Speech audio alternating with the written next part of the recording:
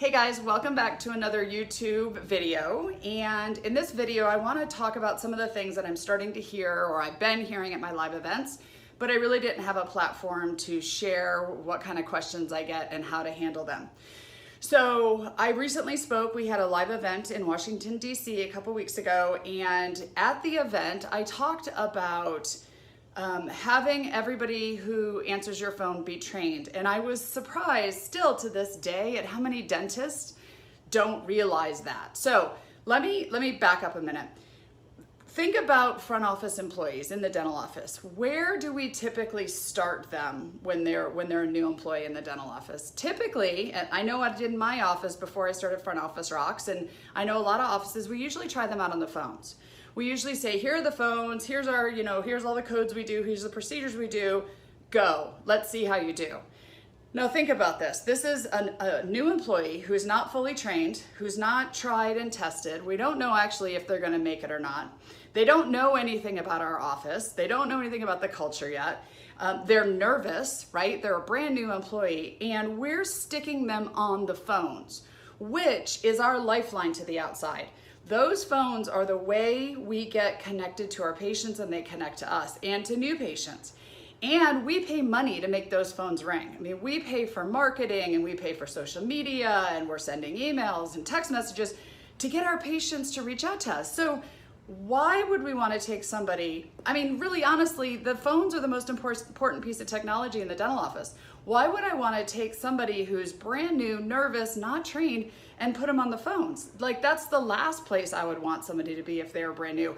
Even if they're amazing, even if they're a superstar, they're still not fully trained on how we want the calls handled and what questions people are going to have and how we handle questions. So that is the last place that I would want somebody to start. And it's funny because we just had a client sign up specifically because she had a bunch of new hires and said, you know what, Laura said don't start them on the phone, so I want to get them trained, and that's why we're signing up for Front Office Rocks.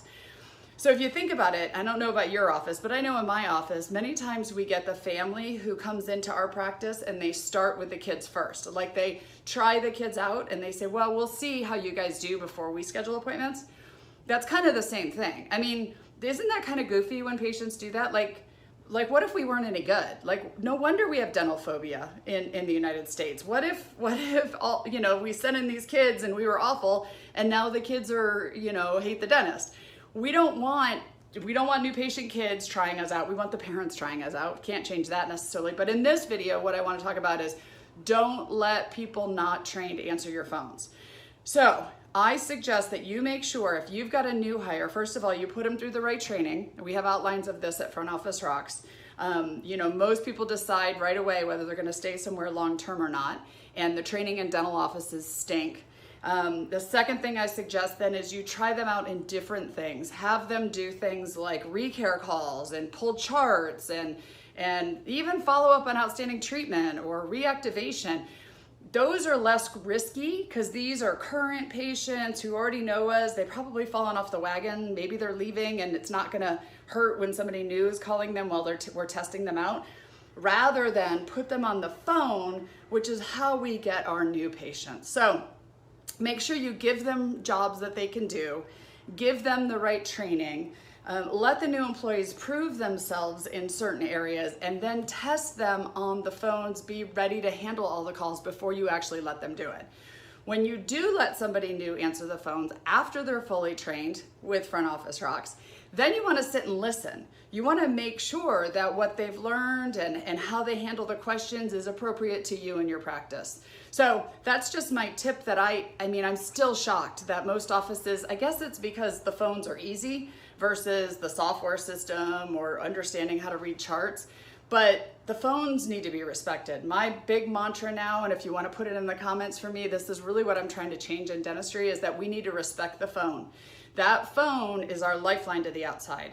And we need to make sure everybody's fully trained on handling the phones before we let them answer the phones and connect with our patients. So I hope that's a tip or trick for you. Just so you know, Front Office Rocks has training to help you with this.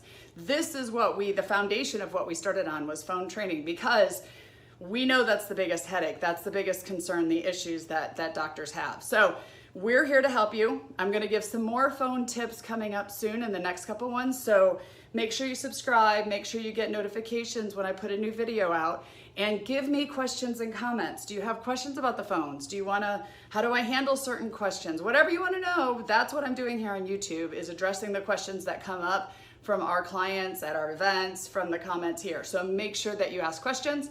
Don't put new people on the phones, and remember, hashtag respect the phones. I'm Laura, Front Office Rocks. Follow us on all the other social media platforms too, but make sure that your doctor watches this or your office manager before a new employee starts answering the phones. Thanks, guys.